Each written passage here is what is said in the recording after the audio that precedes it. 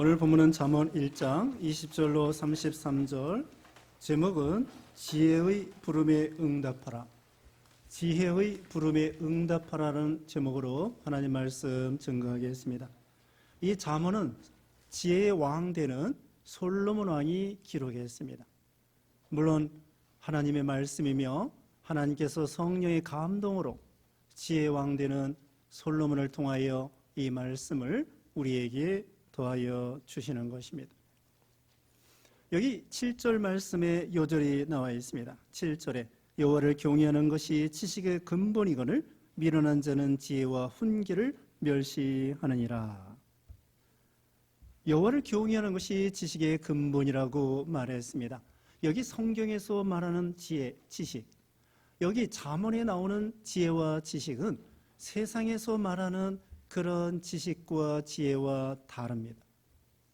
세상에는 과학도 있고 문학도 있고 철학도 있고 또 여러 가지 경영학도 있고 여러 가지 학문이 있습니다마는 여기서는 그런 것을 말하는 것이 아니라 신앙적인 지혜와 지식, 성경적인 지혜와 지식을 가르쳐 주는 것입니다.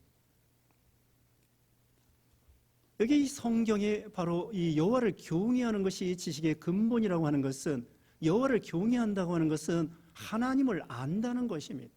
하나님을 믿는다는 것입니다. 하나님 앞에서 사는 것을 가리킵니다. 또 하나님을 아는 것이 영생이라고도 말했습니다. 요한복음 17장 3절에 영생은 곧 유일하신 참 하나님과 그가 보내신 자 예수 그리스도를 아는 것이니라. 영생은 하나님과 그가 보내신 자 예수 그리스도를 아는 것이 영생이라고 말하고 있습니다. 그러므로 여호와를 경외하고 하나님을 알고 이것이 바로 영생을 얻는 것이며 참된 지혜자인 것을 알 수가 있습니다. 그 반면에 미련한 사람은 무엇일까요?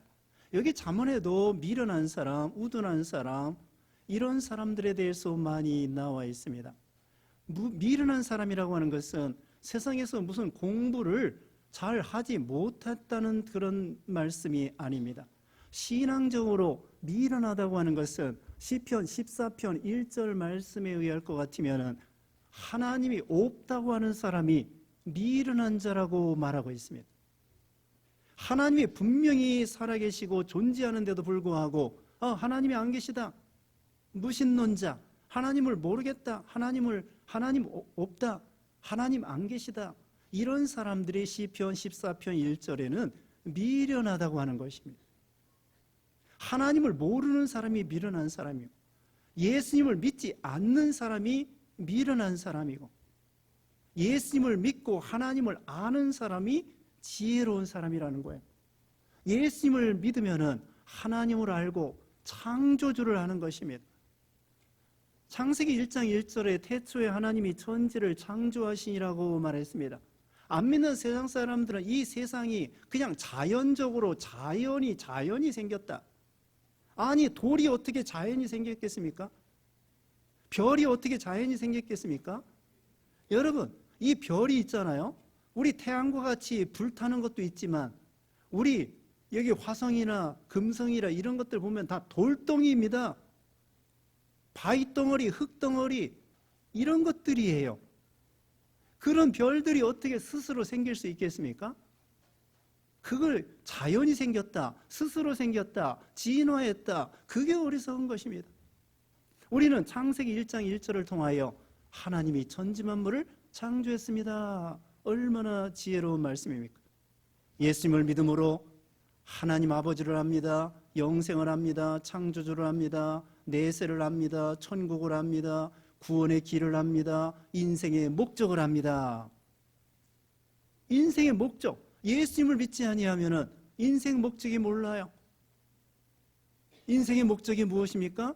하나님을 영원하게 하고 그를 영원토록 즐거워하는 것이다. 그게 인생의 목적인데 안 믿는 사람들은 인생의 목적을 모르고 땅만, 두더지처럼 땅만 파고 땅만 생각하고 돈만 생각하고 세상만 생각하고 헛된 것만 생각하고 이렇게 살아가는 것입니다.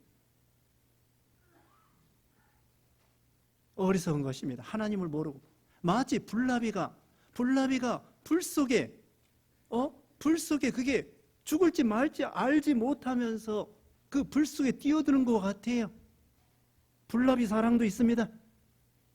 김영석 교수가 쓴 글을 보니까 세상 사람들이 연애하다가 죽는 사람이 많대요. 여자 때문에 죽는 사람 많대요.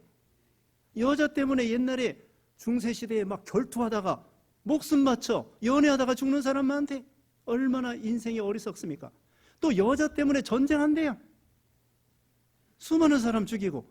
그래서 경국지색이라는 것이 있습니다. 경국지색. 나라가 기울어질 만큼 그렇게 양귀배 같은 사람, 그걸 경국지색이라고 합니다. 여자 때문에 나라가 망하는 거예요. 이게 얼마나 어리석습니까? 연애하다가 죽고. 이게 얼마나 어리석습니까? 그런데 성경에는 지혜를 주시는 것입니다. 인생의 목적을 알고, 영생을 알고, 구원을 알고, 천국을 알고, 예수님을 통하여 진리의 말씀을 알게 해주시고, 예수님이 길이요 진리요 생명이고, 예수님으로 말미암지 않고는 아버지께로 갈 자가 없다고 말씀했고, 천하인간의 구원 얻을 만한 이름, 예수 이름 외에는 없다고 말씀했고, 이와 같이 예수님을 통하여, 성경 말씀을 통하여 우리는 지혜를 얻는 것입니다. 고린도전서 1장 24절에는 우리 예수님은 하나님의 능력이요 하나님의 지혜라고 말했습니다. 또 고린도전서 1장 30절에는 예수님은 지혜와 의로움과 거룩함과 구원함이 되신다고 했습니다. 예수님이 지혜요, 의요, 거룩이요, 구원함이 되시는 거예요. 그러니까 결국은 예수님이 지혜요, 예수님을 믿는 사람이 지혜로운 사람입니다. 예수님을 믿지 아니하고 하나님이 없다고 하는 사람이 이 세상에서 미련한 사람입니다. 창조주도 모르고 아버지도 모르고, 예수 믿지 아니하면은 하나님 아버지도 모르고 창조주도 모르고 영생도 구원도 인생의 목적도 모르는 거예요. 죽을지 말지 살지 알지 못하는 거예요. 그러니까 미련한 사람이죠. 우리는 성경 말씀을 통하여, 우리 예수님을 통하여 참된 지혜가 무엇인 걸 알고 지혜자가 되는 것입니다. 지혜의 가치가 있습니다. 지혜가 얼마나 가치가 있는가? 여기 3장 14절 보겠습니다. 3장 14절 다 같이 읽어보겠습니다. 3장 14절에 시작. 이는 지혜를 얻는 것이 은을 얻는 것보다 낫고 그 이익이 정금보다 나음이니라. 지혜가 은보다도 정금보다 낫다고 그랬고, 15절 말씀에 제가 읽습니다. 지혜는 진주보다 귀하니 네가 사모하는 모든 것으로도 이에 비교할 수 없도다. 그의 오른손에는 장수가 있고 그의 왼손에는 부귀가 있나니 그 길은 즐거운 길이요 그의 지름길은 다 평강이니라. 지혜는 그 얻는 자에게 생명나무라. 지혜를 가진 자는 복되도다. 지혜가 이런 것이 있어요. 지혜에게 은보다도 금보다도 정금보다도 진주보다도 귀하고, 오른손에 장수가 있고 부귀가 있고 생명나무가 있고 안전하고 복되고, 이게 지혜 안에 다 있다는 거야. 그러니 얼마나 이 지혜가 소중한 걸 알 수 있잖아요. 지혜는 다시 말씀드리면 예수님이 지혜고 하나님의 말씀이 지혜고, 말씀대로 깨닫고 알고 믿고 순종하는 사람이 지혜로운 사람입니다. 슬기로운 다섯 처녀가 있지 않습니까? 슬기로운 다섯 처녀는 하나님의 명령과 말씀대로 등불과 기름을 준비해서 신랑 되시는 예수님을 만나게 된 거예요. 그런데 미련한 다섯 처녀도 있습니다. 아니, 신랑이 올 줄 뻔히 알면서 언제 올 줄 잘 모르지만 준비를 해야 되는데 등불만 준비하고 기름을 준비하지 않았다는 것입니다. 그러므로 미련한 다섯 처녀라고 말하는 것입니다. 이제 오늘 본문 20절 보겠습니다. 지혜가 길거리에서 부르며 광장에서 소리를 높이며 시끄러운 길목에서 소리를 지르며 성문어기와 성중에서 그 소리를 발하여 이르되. 지혜가 사방에서 부른다는 것이에요. 길거리에서, 광장에서, 시끄러운 길목에서, 성문어귀에서, 성중에서 지혜가 부르는 소리를 어디나 누구든지 언제 어디서나 쉽게 들을 수 있다는 것입니다. 이것은 무엇이냐? 예수 믿기가 쉽다고 하는 것입니다. 예수님이 우리를 초청해 주신다는 것입니다. 성령님을 통하여, 말씀을 통하여, 복음을 통하여, 또는 전도자를 통하여, 또 예수님께서는 2000년 전에 직접 오셔서 병 고쳐주시면서, 말씀을 전해주시면서, 이적을 베풀어 주시면서, 이 지혜 되시는 예수님께서 쉽게 믿을 수 있는 길을 열어주시는 것입니다. 그래서 신명기 30장 14절이나 로마서 10장 7절 말씀에 의할 것 같으면 이 구원의 길을 얻기 위해서 하늘에 올라갈 필요가 없다. 또 이 구원의 길을 얻기 위해서 저 바닷속 깊은 데나 저 무적행 깊은 데 갈 필요 없다. 그래서 로마서 10장 8절의 말씀에는 말씀이 내게 가까워 내 입에 있으며 내 마음에 있다 하였으니 곧 우리가 전파하는 믿음의 말씀이니라. 이 구원의 길, 복음이 있잖아요. 멀리 있는 게 아니에요. 우주선을 타고 저기 하늘날 우주선 타고 우주 밖으로 나갈 필요가 없다. 그렇지 않으면 이 구원의 길을 얻기 위해서 저 잠수함을 타고 바닷속 깊은 데 갈 필요가 없다. 말씀이 내게 가까워 내 입에 있고 내 마음에 있다고 말하고 있습니다. 우리가 구원받기 위해서 무슨 어려운 일을 하라고 하나님이 하시는 거 아닙니다. 지난 시간에도 말했습니다. 우리가 다른 종교처럼 고행이나 수양이나 노력이나 인간의 행위나 가문이나 혈통이나 이런 것으로 구원받는 것이 아니다. 점도 없고 흠도 없는 예수 그리스도의 보배로운 피로 구원받는 것이지 인간의 노력이나 행위로 구원받을 수 없고 율법의 행위로 구원받을 수 없다. 거저 예수님 믿습니다. 마음으로 믿어 의에 이르고 입으로 시인하여 구원에 이른다고 그랬고 누구든지 주의 이름을 부르는 자는 구원을 얻으리라. 주 예수님, 주여. 예수님을 믿는 믿음으로 주여 하면 구원을 받는다는 거예요. 이게 얼마나 쉬운 것입니까? 가문이나 혈통이나 행위나 노력이나 어떤 수양이나 고행이나 돈이나 무슨 권세나 이런 것으로 구원받는 것이 아니라 주여 믿습니다. 하나님께서는 구원에 대해서 이걸 은혜라고 합니다. 거저 공짜로 주는 것입니다. 비싼 건 거저라고 그랬죠. 태양도 거저, 달도 거저, 빗물도 거저, 바다도 거저, 나무도 거저, 다 거저 주시는 거예요. 부모도 거저, 자식도 거저, 남편과 아내도 거저. 다 비싼 건 너무나 비싸기 때문에 이 구원의 길도 너무나 비싸기 때문에 예수님이 대신 다 짐을 져주시고서는 너희들은 믿기만 해라. 주의 이름을 부르기만 해라. 그러면 구원해 주신다는 거예요. 쉽게 믿을 수 있도록 사방에서 우리를 초청해 주신다는 거야. 그때 부름에 응하라고 하는 것이. 예, 가겠습니다. 마태복음 22장 1절 이하에 보면은 왕의 잔치가 있다고 말씀했죠. 왕이 송아지와 마실 것과 모든 거 뭐 다 준비해 놓고 아무나 와라. 와가지고 축의금 필요 없다고 했죠. 와가지고 왕의 아들 잔치할 때 그냥 참 축하합니다. 축복합니다.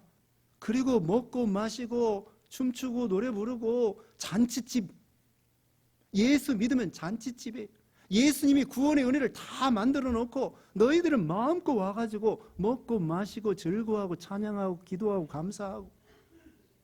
그런데 마태복음 22장 거기 보면은요, 오기 싫대. 그래가지고 뭐 상업차로 간다, 밭을 어떻게 알아보러 간다, 결혼하러 간다, 이 핑계 저 핑계 대면서 왕의 잔치에 오지 않는 거예요. 하나님이 부를 때에 응답하지 아니하면은 여기 오늘 결과가 나오는 것입니다. 여기 22절 말씀에 22절에 너희 어리석은 자들은 어리석음을 좋아하며 거만한 자들은 거만을 기뻐하며 미련한 자들은 지식을 미워하니 어느 때까지 하겠느냐? 어느 때까지 하나님을 배신하고 배반하고 거역하고 불순종하고 믿지 못하고 죄악에 빠져서 하나님도 없이 탕자와 같이 언제까지 그렇게 살겠느냐? 이제 때가 되면 돌이키라는 거야. 여기 23절에 그랬습니다. 23절에 나의 책망을 듣고 돌이키라. 보라, 내가 나의 영을 너희에게 부어주며 내 말을 너희에게 보이리라. 하나님께서 믿을 수 있도록 성령을 보내주시고 진리의 말씀을 너희에게 보여주시고 예수 믿을 수 있도록 성령께서 말씀과 진리와 복음을 통하여 우리에게 이렇게 전해 주신다는 거예요. 그러면서 우리 하나님께서 돌이키라, 회개하라, 탕자에게 돌아오라 이렇게 말씀하는 거예요. 그런데 여기 24절에 뭐라고 했습니까?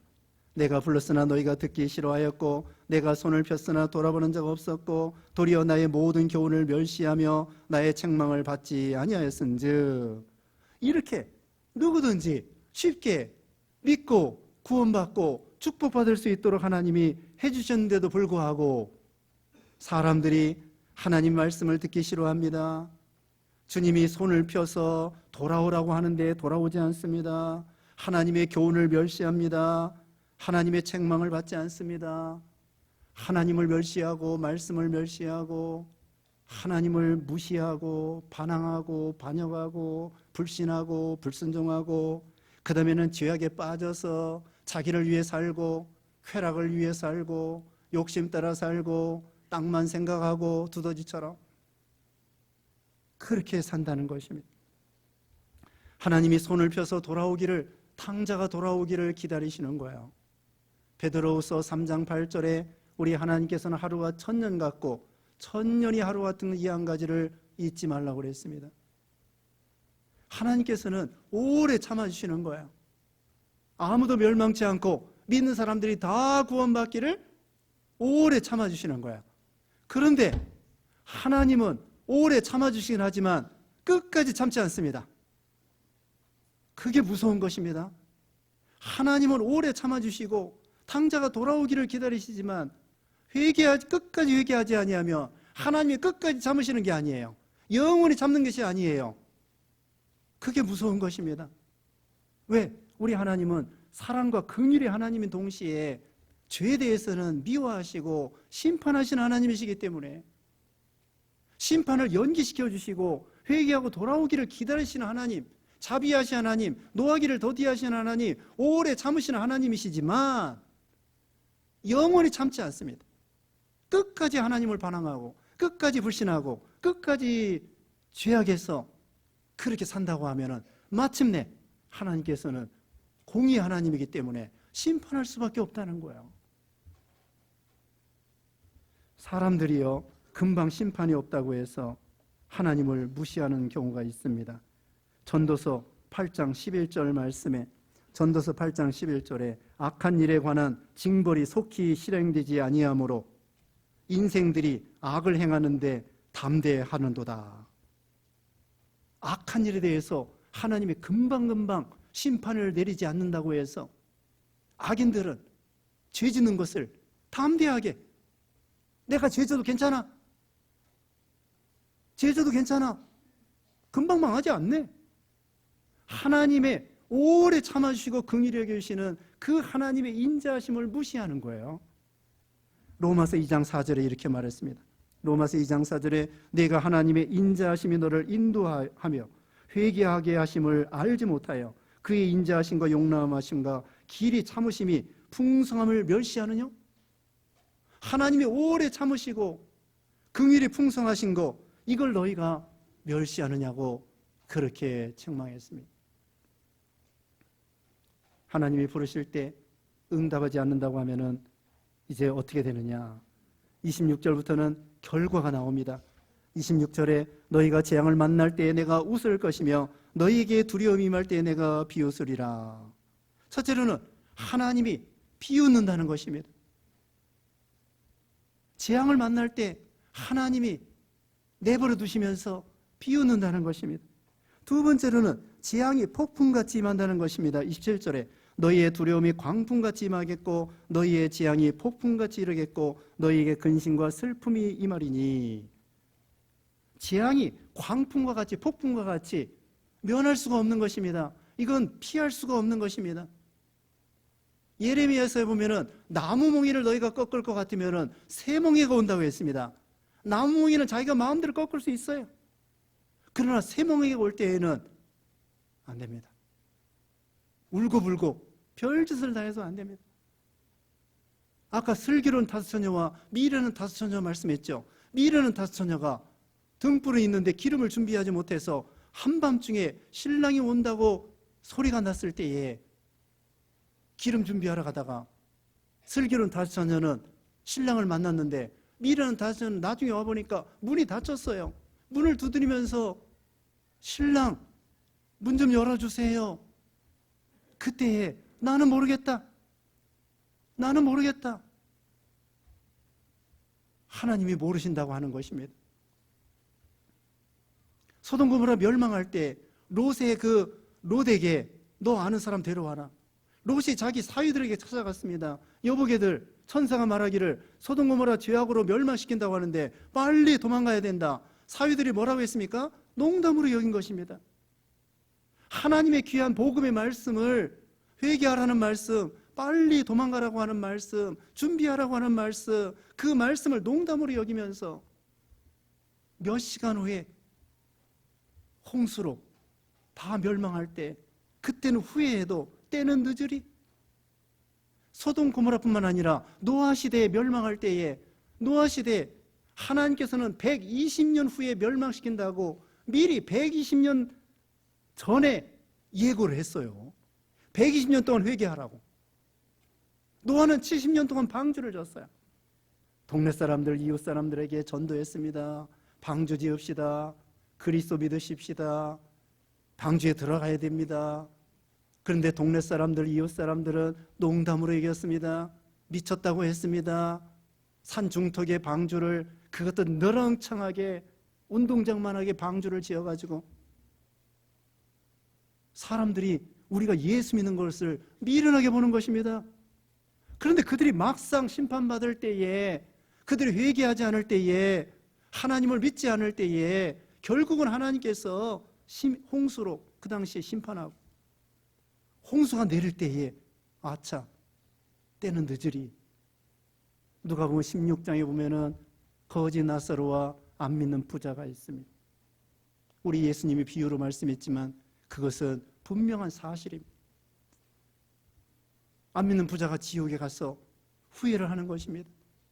나사로 손끝에 물 한 방울을 찍어 내 혀를 서늘하게 해줘서 노 땡큐, 들어줄 수가 없다는 것입니다. 그러니까 이 안 믿는 부자가 말합니다. 내 고향에 형제 5이 있는데 죽은 나사로가 살아나서 가서 전도하면은 그 사람 내 동생들 믿을 수 있을 거야. 안 됩니다. 들어줄 수가 없습니다. 이미 모세와 선지자들이 있기 때문에 복음이 있고 성경 말씀이 있다. 죽은 나사로가 살아나도 안 믿을 사람은 안 믿는다. 그러면서 후회해도 소용이 없었습니다. 이와 같이 하나님께서 이제 오래 참으시다가 끝까지 회개하지 아니하면은 하나님이 심판할 때 하나님이 불러도 대답하지 않는다는 거예요. 세 번째로는 28절에 그때 너희가 나를 부르리라. 그래도 내가 대답하지 아니하겠고 부지런히 나를 찾으리라. 그래도 나를 만나지 못하리니. 친구가 있습니다. 매일 만나는 친구가 있고 1년에 한 번 만나는 친구가 있습니다. 매일 만나는 친구, 또 카톡하고 메시지 보내고 전화하고 뭐 맨날 통화하는 거예요. 그리고 또 만나서 점심 먹고 커피 먹고 맨날 만나는 친구가 있고 1년에 한 번 만나는 친구가 있습니다.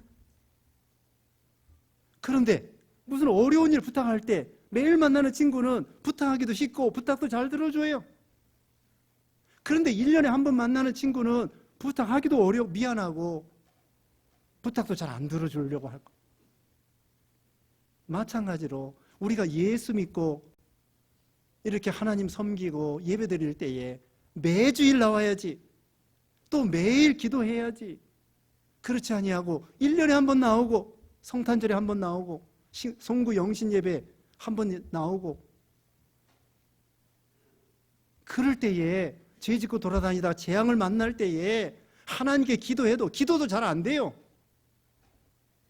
기도도 잘 안 됩니다.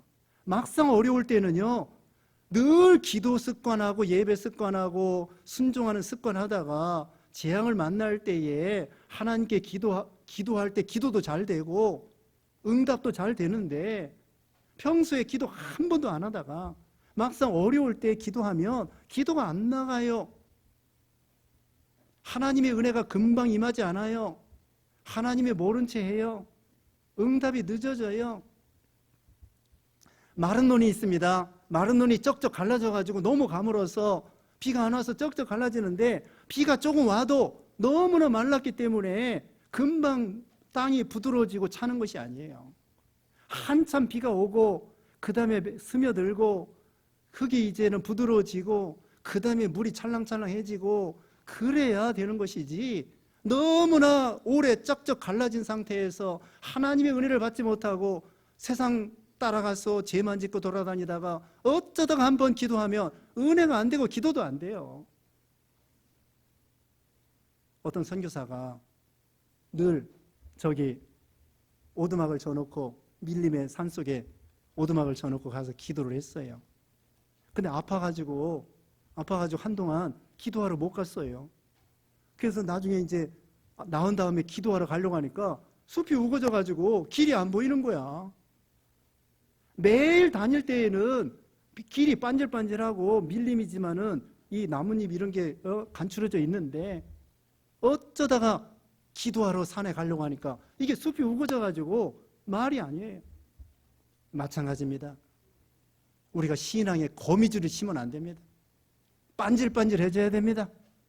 교회 나오는데 반질반질하고, 우리 교회 나오는 길이 아주 그냥 하도 왔다 갔다 해가지고 반질반질하고, 그래서 언제든지 척하면 기도하고, 척하면 예배하고, 척하면 찬양하고, 무슨 재앙을 만나든지 무슨 어려움을 만나든지